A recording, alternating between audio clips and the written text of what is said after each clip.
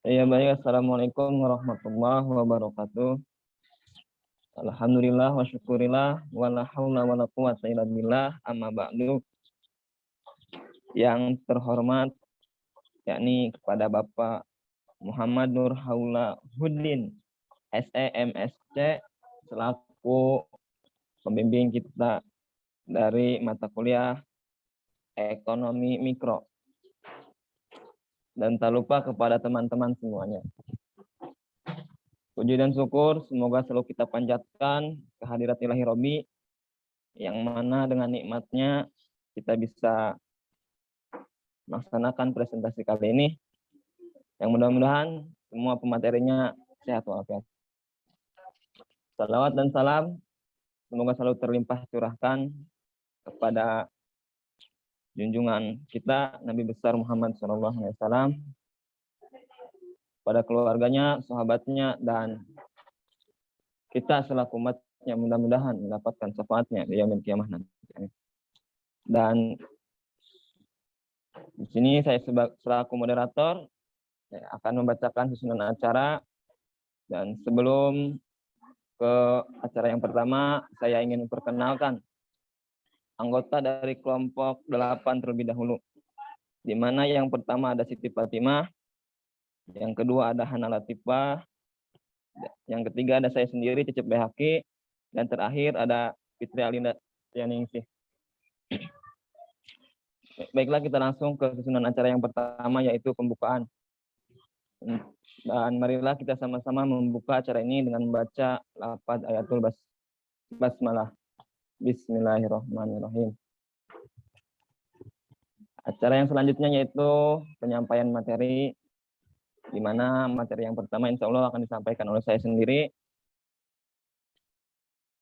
Next.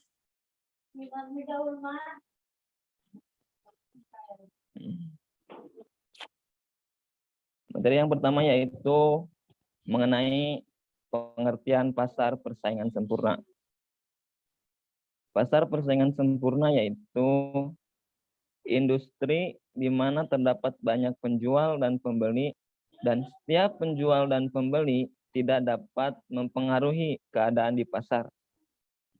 Sehingga harga di pasar merupakan buah interaksi antara permintaan dan penawaran. Harga suatu barang atau jasa merupakan cerminan keinginan konsumen dan produsen. Dalam pasar persaingan sempurna, permintaan mencerminkan keinginan konsumen dan penawaran merupakan cerminan keinginan produsen. Pasar persaingan sempurna ini memiliki beberapa ciri. Yang pertama yaitu produk bersifat homogen. Yang kedua yaitu pengetahuan yang sempurna.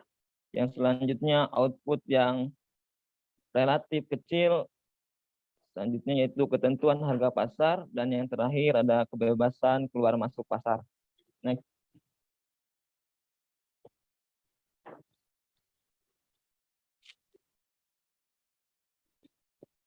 Adapun kelebihan dan kelemahan dari pasar persaingan sempurna ini yaitu yang pertama, kelebihan yang pertama yaitu tidak ada persaingan di pasar ini karena produk yang dijual homogen atau serupa. Yang selanjutnya yaitu dalam pasar yang bersaing sempurna, penjual tidak perlu memasang iklan untuk promosi.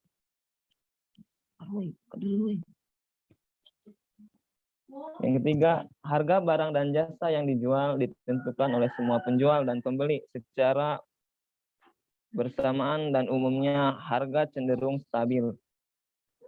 Kelebihan yang selanjutnya yaitu harga didasarkan pada transaksi tawar-menawar antara penjual dan pembeli. Penjual dan pembeli bertindak bebas dalam transaksi. Pembeli bebas membeli barang yang dia inginkan dan dari pabrik maupun yang dia inginkan.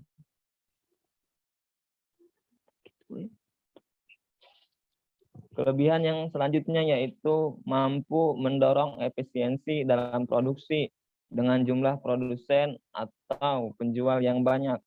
Maka produsen akan berlomba-lomba untuk meningkatkan mutu barang yang dijualnya.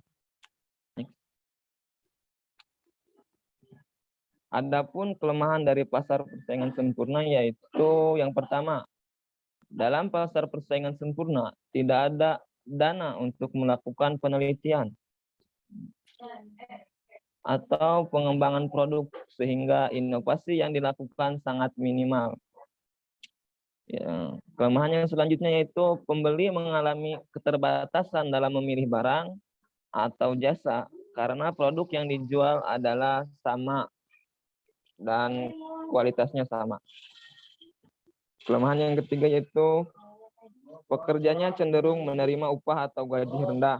Dan kelemahan yang terakhir, seringkali ada ketidakseimbangan dalam distribusi pendapatan dari masing-masing produsen yang mengakibatkan konflik keadilan.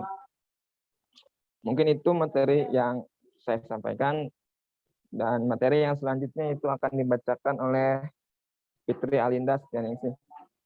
Kepadanya dipersilahkan.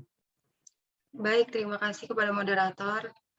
Selanjutnya adalah bagian pasar persaingan tidak sempurna. Pasar persaingan tidak sempurna merupakan suatu struktur pasar dalam ilmu ekonomi. Di sistem ini, penjual lebih memiliki kuasa dalam menentukan harga, sebab jumlah penjual lebih banyak daripada pembeli. Pasar ini tercipta ketika pasar persaingan sempurna tidak berjalan dengan baik. Jika pasar persaingan sempurna mencerminkan kondisi di mana penjual dan pembeli hadir dalam jumlah besar, tetapi dalam struktur pasar persaingan tidak sempurna ini, penjual atau pedagang lebih sedikit ketimbang pembeli. Pasar persaingan tidak sempurna juga memiliki berbagai ciri-ciri, yaitu yang pertama, ketidakseimbangan penjual dan pembeli, kedua, penjual menentukan harga, ketiga, sulit berpartisipasi, dan yang terakhir, tidak ada barang pengganti. Dalam pasar persaingan tidak sempurna, ada juga kelebihan dan kelemahannya.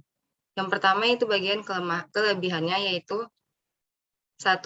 Barang berkualitas, yang kedua profit lebih besar, 3. Inovasi produk, dan yang terakhir bebas biaya produksi. Kelemahannya yaitu yang pertama ada sedikit pilihan, dan yang kedua permainan dan diskriminasi harga. Terima kasih, saya kembalikan kepada moderator.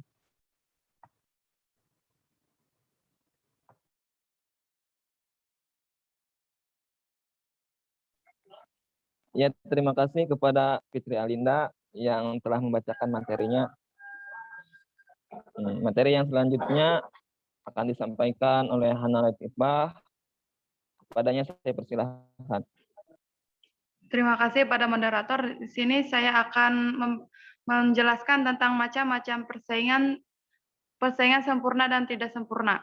Pasar persaingan sempurna jenisnya yaitu yang pertama pasar beras, yang kedua pasar sayur, yang ketiga pasar kentang, yang keempat pasar buah, yang kelima pasar gandum, yang keenam pasar modal atau bursa efek. Pasar persaingan tidak sempurna jenisnya yaitu 1. Pasar monopoli, 2. Pasar oligopoli, 3. Pasar monopolistik, 4. Pasar monopsoni. Next. Pandangan Islam mengenai pasar persaingan sempurna dan tidak sempurna.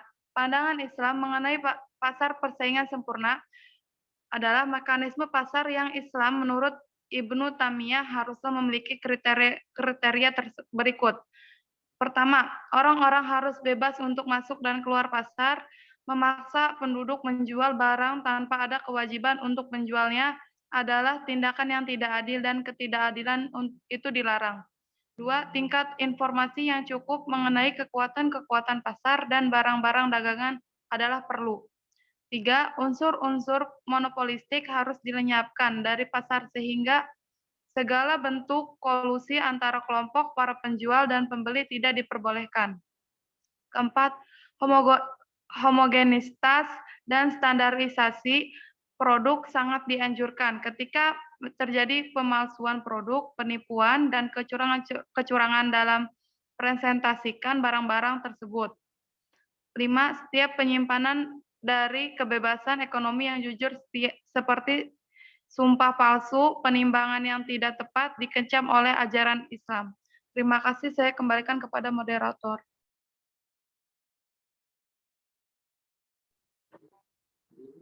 Ya baik, terima kasih kepada analis FIPA selaku pemateri yang ketiga. Materi yang terakhir yaitu akan disampaikan oleh Siti Fatimah. Kepadanya saya persilahkan. Baik, terima kasih kepada moderator. Materi selanjutnya dari pendapat Ibnu Taimiyah di atas tentang mekanisme pasar dalam Islam, kita dapat melihat mekanisme-mekanisme tersebut mengarah pada karakteristik pasar persaingan sempurna. Hal itu berarti bahwa pasar dalam Islam itulah yang dalam teori konvensional disebut dengan pasar persaingan sempurna, di mana asumsi-asumsi yang disebutkan oleh pakar ekonomi konvensional ada ditemukan dalam pasar yang Islami. Salah satu contoh pasar persaingan sempurna dalam pasar Islam adalah yang terjadi pada masa Khalifah Umar bin Khattab. Pada saat itu, Umar berjalan di pasar kurma. Ketika itu, Umar mendapati salah seorang pedagang yang menjual di bawah harga yang ada di pasar tersebut. Umar memberikan dua pilihan pada penjual tersebut. Yang pertama, naikkan harga sampai sama dengan harga yang ada di pasaran atau keluar dari pasar ini. Selanjutnya, pandangan Islam mengenai pasar persaingan tidak sempurna. Salah satu bagian dari pasar persaingan sempurna yaitu monopoli. Jumhur ulama berpendapat bahwa monopoli hukumnya haram sebagaimana dikemukakan oleh ulama kalangan Hanabilah, Malikiyah, Hanafiyah, dan mayoritas Syafi'iyah. Argumentasi yang dibangun oleh ulama yang mengharamkan monopoli tidak hanya bersumber dari dalil nakli saja, akan tetapi bersumber pula dari dalil akli. Mereka mengemukakan bahwa monopoli sangat erat kaitannya dengan hazard orang yang banyak ketika salah satu pihak melakukannya akan menghambat pihak lain untuk memenuhi kebutuhannya. Kalaupun dapat memenuhinya, mereka mendapatkannya dengan harga yang cukup tinggi. Hal tersebut merupakan kezaliman yang tidak bisa ditoleransi. Ihtikar hanya merealisasikan kemaslahatan individu, bukan kemaslahatan umum. Apabila kemaslahatan individu berbenturan dengan kemaslahatan umum, maka kemaslahatan umumlah yang didahulukan. Baik, saya kembalikan kepada moderator.